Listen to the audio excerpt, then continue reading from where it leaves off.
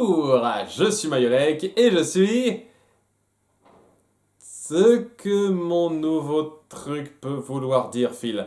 Reparlons de Don Bluth. Don Bluth, ouh. Ce bon vieux gars a créé quelques noms reconnaissables et les studios n'ont pas hésité à exploiter ça, ensuite dérivé beaucoup trop pour certains. Mais la seule du lot à avoir été réalisée par Bluth en personne est le film d'aujourd'hui.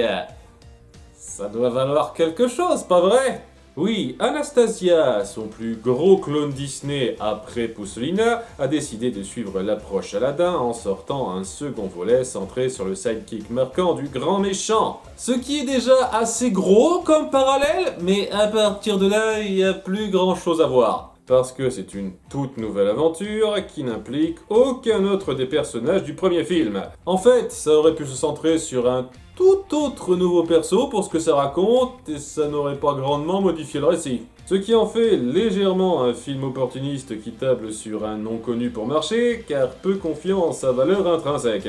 Et vu que le non connu que vous avez pris n'a jamais vraiment marché pour moi... D'abord je lui ferai yaha, et ensuite yaha, et puis après je lui ferai youhou et yaha. Ben c'est pas une plus-value d'une quelconque façon. En avant pour Bartok le Magnifique. Ah, me dites pas que je me suis lancé Taram et le chaudron magique par accident. Non, c'est en fait une intro efficace qui présente la sorcière méchante principale, enfin, apparemment, et ses coutumes d'enlèvement d'enfants. Baba Yaga, Baba Yaga. Sorcière de la forêt de fer. Mais vite... Eh oui, merde, c'est lui qu'on va suivre.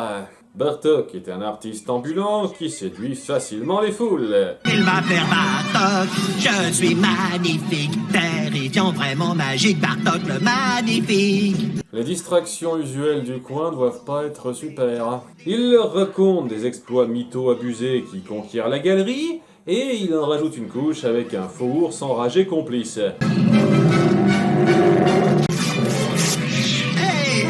Oui, la perruque était obligatoire, pour pas qu'on le reconnaisse. Maintenant, observez attentivement. Voici un eureka. Voici un faux plat. J'ai trop fait dernièrement et tu le mérites pas. La phase sa cartoon numéro 1 étant passée, Bartok reçoit des centaines de pièces d'or des badauds. Putain, c'est l'ancêtre de Monaco, cette ville. Et un joyau du prince. Bravo, bravo. Prince Ivan, ça, c'est une bague destinée aux Romanov. Oh mon dieu, le lien! C'était un préquel à Anastasia depuis le début. J'espère qu'on va bien amener comment la chauve-souris parlante rigolote va devenir le bras droit du grand méchant sorcier qui veut renverser le trône. Sinon, ce serait gratuitement stupide comme ref. Oh, vous ne pouvez pas vous promener dans la rue en distribuant les joyaux de la couronne. Et surtout pas à des saltimbanques. J'en parlerai à vos parents. Quels parents? Ah oui, je croyais que c'était juste un truc de fille d'être princesse alors qu'on devrait être reine. Mais les garçons aussi peuvent y avoir droit. Si je dois devenir tsar, je suis libre de faire ce que je veux. Tsar, pardon. Mais franchement, à son comportement, j'ai plus l'impression qu'on l'a élevé en bocal de bonbons au lieu d'un garçon qui a perdu ses parents très jeunes. Ou peut-être qu'ils sont partis en vacances prolongées tout le film, j'en sais rien. Bartok, le manipulateur de foule, compte donc son butin avec son compère. Tu m'as littéralement sublimé. Ton jeu était juste, ton engagement intense. Doublé par Richard Darbois. Le même qui a fait Rasputin dans le premier film. C'est pas perturbant du tout. Du haut de son Oh, rocher. ça va, on a compris, Zosie. Zosie. Et y a de ces noms, t'as envie de dire un truc dessus, mais t'arrives pas à trouver quoi. Malgré leur entourloupe, il estime que shipper un joyau de la couronne, c'est trop. Et pourquoi je ne la garderai pas? C'est le prince qui me l'a donné. Ce n'est qu'un enfant. C'est comme si tu volais le tsar et tu devrais avoir honte. Arnaquer la plèbe, y a pas de problème, mais voler la royauté? Ne soyons pas des monstres! Seulement, il semblerait que la sorcière teasée en intro se rende cette nuit-là dans la chambre du concerné pour le kidnapper. Un palais bien gardé donc.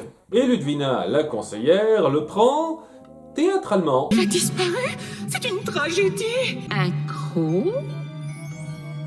Nous devons en informer nos fidèles sujets. Mais d'abord, laissez-moi vous faire la danse égyptienne. Bon peuple de Moscou, cette nuit, le prince a été enlevé. Skull a laissé cette dent de métal sur le sol. Oui, Baba Yaga. Arrête! Le balcon va s'effondrer sous tant de cabotinage. Deux gamins ont l'idée de faire appel à Bartok le Grand pour régler ça. Oui, les soldats sont là pour décorer. Et le pouvoir en place, ne voyant pas de meilleure option, vient le débaucher sur les routes. Eh bien, une chance qu'il soit resté à portée un jour plus tard. Bon, d'accord, dans ce cas, je me tais et plus un son ne sortira de ma bouche. Je baisse le rideau et je ferme la Au boutique. cas où ce soit pas encore clair, j'emmerde Bartok. C'est une pipelette insupportable qui peut pas s'empêcher de tout traiter en sketch Woody Allen du pauvre à déblatérer à la caméra. Alors ça, c'est un truc dont il faut que je me souvienne. On mourra tous les deux. Ah, ah. Comme ça, je suis bien sûr. Il y a un toi qui est là et un autre toi qui est là. T'as compris? Parce que comme tu es hors de toi, eh ben il y a un autre toi qui... Et dans Anastasia, c'était quoi? 8 minutes en tout? Là, c'est tout le film! Si là, il peut du perso m'avait gavé la première fois, ici, elle me pète le bide et me fait chier des kilos de seum. Tout ce que j'ai de bien à dire sur l'intrigue est grandement amoindri par le choix du héros central. Ludvina lui fait donc part de l'enlèvement. Notre jeune prince a été enlevé par la méchante sorcière Baba Yaga. Rends-toi dans la forêt de fer. Non mais ma grande, faudrait vraiment que tu suives une thérapie pour recommencer à parler normalement. Oh, misère, voilà les ennuis qui commencent. Je vous en prie, monsieur Bartok le Magnifique, sauvez mon Tsar. Vous êtes en couple pour que tu sois concerné à ce point? Donc oui, la méthode des gros yeux d'enfant innocent le fait dire oui. Et on le lâche dehors, sans escorte, bien sûr. Et tu es foudrage. Tu es fâché contre moi, n'est-ce pas? Tu fulmines, tu es exaspéré, dis-le, oh, je le vois, tu es furibond, tu es en roche. Ta gueule! Oui, enfin, je peux pas être désopilant à chaque fois. Une fois de temps en temps, ce serait déjà bien. Il est prêt à partir un jour sans retour, sans se retourner, mais Zosie, lui, veut qu'ils y aillent. Je pense qu'on devrait y aller. Ces gens t'ont appelé à l'aide pour une bonne raison. Parce qu'il y a un héros en toi. Non, il y a un héros dans les bobards qu'il raconte. C'est pas la même! Quelqu'un un beau jour croit vraiment en toi et t'appelle dans sa déroute. Sérieusement, t'es qui, mec? Tu participes à des combines pour détrousser les gens, et maintenant tu te la joues Jiminy Crickbear, la conscience mouse costaud. C'est quoi ton délire? D'où tu viens? Je serais pas contre qu'on développe ça. Rien de tel qu'une chanson rapide pour faire un virage moral à quelqu'un donc. Et notre duo se retrouve à la forêt des enfers. Je ne sais pas qui s'occupe du jardin, mais il y a du relâchement. En fait, c'était censé être un jeu vidéo à la Dragon Slayer, et en milieu de projet, vous vous êtes dit merde, on va juste en faire un film. C'est complètement aléatoire et n'importe quoi-tesque, mais je reconnais que c'est très créatif à regarder. Squelette vivant!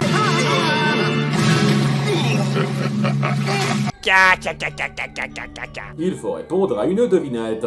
Dis-moi, Et on divise par deux. ce qui a des dents mais qui est incapable de mordre. Hein? Je te demande de me dire ce qui a des dents mais qui ne peut pas mordre. Un comateux? Il s'agit de la clé. Pile ce que j'étais sur le point de vous dire. Ça aurait aussi pu être un peigne, un râteau, une fourchette. Bien que ce soit Zosie qui ait donné la réponse, seul Bartok peut passer. Logique. Faut pas qu'il lui vole trop la vedette. Il tombe ainsi sur la chaumière de la sorcière Baba Yaga, qui a un peu de mal à se décider sur son accent. Qui est entré dans ma maison? Ça pue le rat. Elle est bien solitaire, la vie d'une sorcière. Moi, je veux me faire des caresses. Elle capture très vite notre chauve-souris qui comptait faire quoi exactement? T'y es juste allé avec ta bite et sans couteau en espérant que ça se passe bien? Je m'attendais à rencontrer un suron, mais j'ai droit à cette pauvre petite chose. C'est que tous mes rencarts me disent en fin de soirée. Sachant au passage que cette pauvre petite chose peut passer facilement à travers les barreaux là. Mais on va dire que c'est une cage magique. Si tu veux que je te montre l'endroit où il est séquestré, prouve-moi que tu es assez pur. Oh, rassurez-vous, ma famille c'est la même race de chiroptères depuis des dizaines de générations. Aucune bâtardise. Oh, pardon, vous préférez ces blagues? Alors là, je suis pur. Mais vraiment, on peut pas plus pur. Innocent comme l'agneau qui vient de naître. Désolé, je ne peux pas m'en empêcher. Poursuivez. Tellement mieux. Elle l'envoie alors chercher 3 objets pour elle, un par un. Je le redis, jeux vidéo. Va vers le nord jusqu'au monde de glace. Monde de glace. Apporte-moi Pilaf. Trouvez Pilaf. Et tu dis pas ce que c'est, bien sûr. Il se met donc en chemin. Oh, j'ai l'impression de marcher depuis des heures. Un vol, connard. Et tombe vite sur la dénommée Pilaf. Je reçois si peu de visites.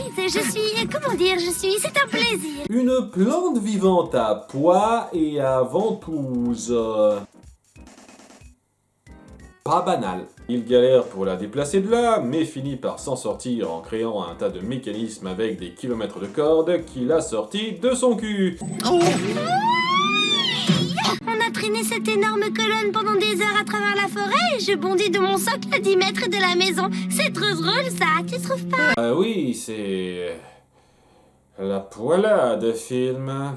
Et je veux que tu me rapportes la couronne d'Obli, le forgeron de la forêt. Ça me donnera combien d'XP? Et quand je parle de Dragon Slayer, dites-moi que vous imaginez pas des QTE rattachés à ces scènes. C'est chaud, oh, c'est chaud, oh, c'est chaud.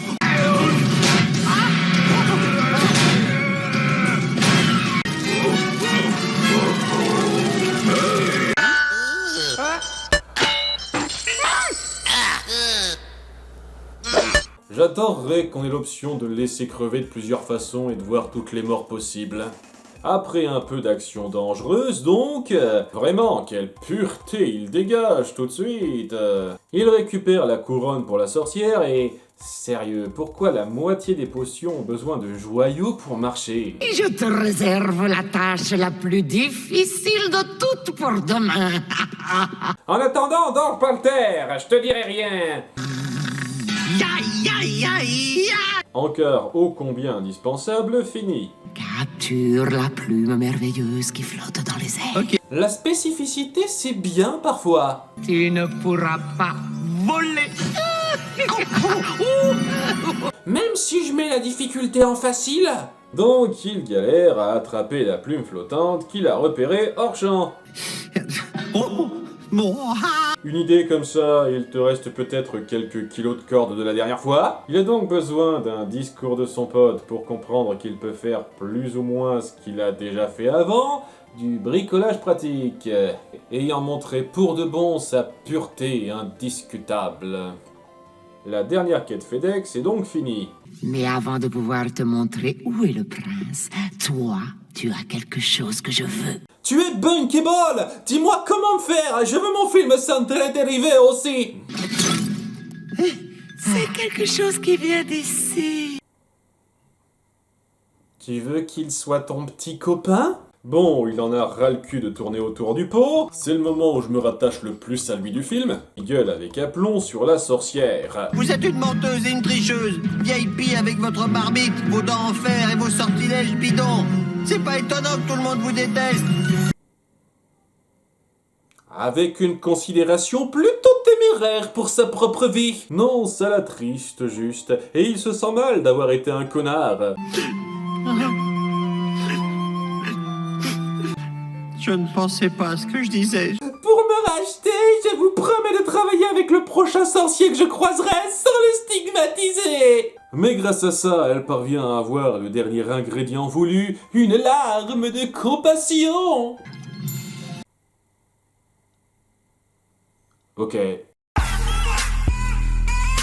Avec ça, elle lui montre où se trouve le prince. La tour du palais? J'avoue, ça m'a surpris la première fois. Ce n'est pas vous qui l'avez enlevé? Je n'ai jamais dit que c'était moi. Et vous n'avez jamais enlevé aucun enfant? Et ça vous est jamais venu à l'idée de me le dire plus tôt? Eh ben, pas étonnant que personne vous aime, connasse. Baba Yaga a en fait concocté une potion pour notre héros depuis tout ce temps. Elle te donnera l'apparence de ce que tu es à l'intérieur lorsque tu boiras ce film. Ça veut dire que tout ce temps où je faisais le zouave dans la forêt, c'était pour moi?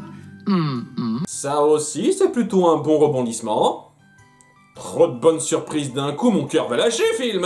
Donc, je dois boire une potion faite à base de plumes, de rubis et de sueur de plantes à pois? Oui, c'est très goûtu. Et maintenant, on n'a qu'à leur annoncer que le prince est tout en haut du donjon, et boum! Attends, t'as pas compris?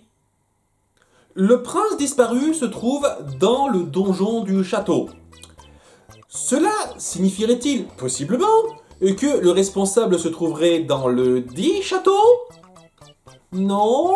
Oh, tu as juste oublié un petit détail, mon gars. Non, il va tout raconter sans réfléchir à tout le monde. Longtemps. Je suis parti d'ici à coup de fanfare et direction la forêt. Je croise des arbres, une ou deux gargouilles et un super gros crâne. Je trouve les devinettes et Baba Yaga. C'est pas une beauté, les gars. Mais le prince! Oui, restez dans vos starting blocks, j'y arrive. La sorcière et moi, on a un léger désaccord, alors on décide de jouer au bras de fer. Finalement, je prends le dessus et elle me fait cadeau de cette potion. Va au but! C'est pas parce que vous mettez une musique de carnaval par-dessus que ça devient drôle. Je sais ce que t'as vécu, tu le sais, et les autres veulent savoir pour le prince. Sérieux, il passe presque 1 minute à parler de sa putain de fiole. Ce truc vous donne l'apparence de ce que vous êtes à l'intérieur, en 10 fois plus grand. Si par hasard j'ai envie d'être plus fort que je ne le suis aujourd'hui, ce qui paraît impensable, je lève ce bon vieux flacon et je me le vide au fond du gosier. Ta gueule, ta gueule, ta gueule! Il finit par dire enfin où le garçon est enfermé, et voyez-vous ça, ça venait de quelqu'un du coin. Ne me tente pas! Surprise! Et oui, c'était en fait Ludvina qui l'a fait enfermer. Ça justifie certains trucs. Afin de prendre le trône, bien sûr. Elle a même préparé son postérieur pour la première impression. Le trône de Russie. Cependant, elle se rend compte seulement maintenant que son second a bâclé le boulot. Fallait le tuer, idiot! Il fallait le tuer! Le tuer? Ce film est sorti avant Cusco, hein? Il est encore en vie. Eh bien, il est mort, mais pas autant qu'on l'aurait espéré. Donc, elle enferme son garde avec eux, chip la fiole.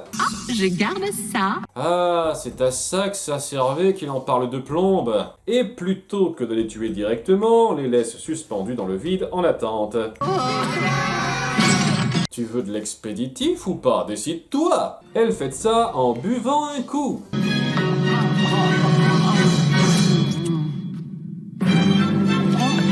Comme une grosse dégueulasse qui a jamais avalé quelque chose comme ça. Et je pense que les animateurs avaient un fétiche chelou à partager. Mes inhibitions se sont envolées. Pourquoi ça se fait en étapes et pas directement comme le rat qu'on a vu à côté? Elle se transforme donc en giga dragon rose, bien entendu. Et c'est après tout son numéro musical qu'elle se rend compte du truc. Pourquoi partez-vous? Oh mon Dieu! T'avais pas fait gaffe au... Ça la fout en rogne et elle décide de tout cramer. Parce que pourquoi pas? C'est le festival de l'aléatoire ces dernières minutes. Je suis désolé, Votre Altesse. Oh, pas grave, j'aurais totalement oublié ce que vous m'avez fait après ça. Sosie arrive à la rescousse. Était-ce nécessaire de garder la robe? Il libère Bartok en premier pour aller défaire le monstre géant. Je me demande bien ce que vous allez pouvoir nous pondre pour que ça passe. Assez vite, toi.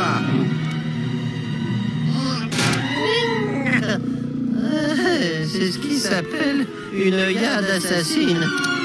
Ah, l'approche assommée à mort, assez fin. La nuit, les vagues brisent le rivage, la tempête fait rage. On a compris, t'es un comédien. Qu'est-ce que ça a à voir avec quoi que ce soit? Bartok lui fiche un gros rocher dans la bouche, qu'elle ne peut pas recracher pour une raison qui m'échappe, et l'hypnotise avec du jonglage. Et vous remarquerez que ces cailloux viennent du sol et donc ils sont tous de taille et de poids différents. C'est bien, suivez-moi. C'est l'évidence même. Il l'amène sur un château d'eau et la fait tomber à sa mort. Une chance que c'était un dragon sans ailes. C'est au moins une justification, ça. Et il éteint l'incendie en inondant la ville et provoquant la mort violente de plusieurs personnes. Enfin, ça, ce serait dans un univers logique. Superbe, ça c'est un vrai final de professionnel. Regarde les effets de la potion. Oui. Mais c'est un peu grâce à cette sorcière que tu as pu devenir le héros que tu as toujours rêvé d'être. Ouais, ça aurait été trop barbant et sécure d'affronter juste une femme normale. Bartok est ainsi célébré en tant que héros et... Ouais, c'est totalement raccord avec le premier film de base. On se retrouve à la prochaine. Non, bizarrement, pas d'autre suite pour toi. Les gens préfèrent les souris et les dinosaures. Alors, au-delà des délires aléatoires qui sont pas tellement pensés pour s'incruster dans un vrai récit réfléchi, c'est pas dénué de créativité. Le style visuel est chatoyant, il y a pas mal d'idées de rebondissements qui font mouche sur le coup, et j'avoue apprécier les dialogues de certains personnages. Puis-je avoir la parole une minute? Non, tu ne peux pas. C'est dommage que le tout soit à peine cohésif. Ce film, c'est un peu la foire au random. Beaucoup de choses sont amenées n'importe comment et ou n'ont aucun sens. Et on sent franchement que vous avez forcé Bartok à être le rôle central, là où ça n'apportait rien. L'inventivité ne suffit pas. C'était Mayolek, et... j'imagine que je dois aussi trouver une nouvelle accroche de fin. Depuis ce beau jour, le dragon n'a plus mangé. Merci B.